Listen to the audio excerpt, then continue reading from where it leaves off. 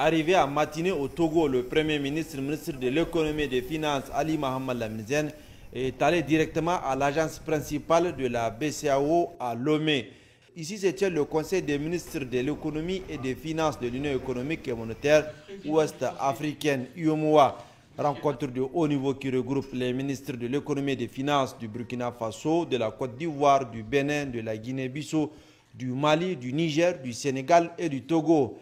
Ils prennent part également à cette deuxième session ordinaire de l'année 2025 le président de la BOAD et le gouverneur de la BCEAO ainsi que les commissaires de l'Union. Une réunion précédée de celle du comité audit BCEAO, du comité de stabilité financière de l'UMOA et du conseil des ministres de la CIMA, la conférence internationale des marchés d'assurance. En dépit des risques dus aux phénomènes exogènes et endogènes, l'économie de la zone UEMOA est restée positive avec une croissance soutenue. Depuis notre dernière session, une évolution est intervenue dans la composition de notre conseil avec l'arrivée d'un nouveau membre. Ainsi, au titre de la République du Niger, M. Sidi Maman, ministre délégué auprès du Premier ministre chargé du budget, est désigné en qualité de second représentant en remplacement de M. Momone Boubacar Saïdou. Je voudrais adresser nos vives félicitations au ministre Sidi Maman et lui souhaiter la bienvenue tout en l'assurant de notre appui constant et de notre disponibilité en vue de la réussite de sa mission au sein du Conseil. Au sein de notre zone, l'activité économique est toutefois restée dynamique. Le produit intérieur brut a augmenté de 7,1% en termes réels au premier trimestre 2025, après une hausse de 7,2% au quatrième trimestre de 2024. Pour l'ensemble de l'année 2025, le taux de croissance économique devrait atteindre 6,4% après 6,3% en 2024, sous l'impulsion de l'ensemble des secteurs d'activité, en particulier les secteurs manufacturiers et extractifs. À l'instar de la plupart des régions du monde, le taux d'inflation dans l'UEMOA est ressorti en baisse au premier trimestre 2025, passant de 2,9% à 2,3%. Ce recul est lié à une progression plus faible des prix des produits importés, notamment ceux de l'énergie, et aux effets des mesures de politique monétaire.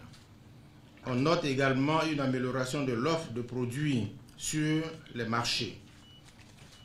D'après les prévisions, l'inflation devra se situer à 2,2% en 2025 contre 3,5% en 2024. Au niveau des finances publiques, le déficit budgétaire s'est atténué au premier semestre 2025 en s'établissant à 4,2% du PIB contre 5,1% sur la même période de l'année précédente. Cette évolution favorable a été soutenue par la poursuite des efforts de mobilisation de recettes fiscales et la maîtrise des dépenses par les États membres.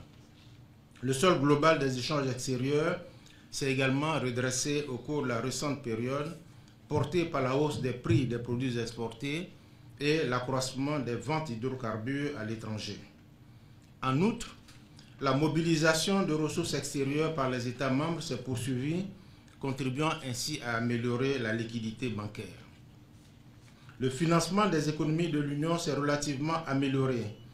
En effet, les crédits à l'économie ont augmenté en glissement annuel de 5% à fin 2025, après une hausse de 4,5% à fin décembre 2024. Cette dynamique devrait se poursuivre pour atteindre 8,3% à fin décembre 2025.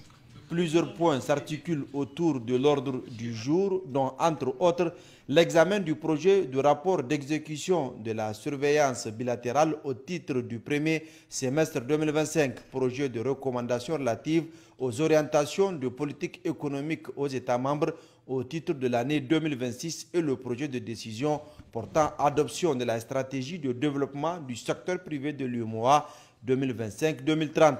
Le Conseil des ministres de l'Union se réjouit des résultats encourageants enregistrés au cours de l'année 2025 et félicite tous les acteurs ayant concouru à ce succès.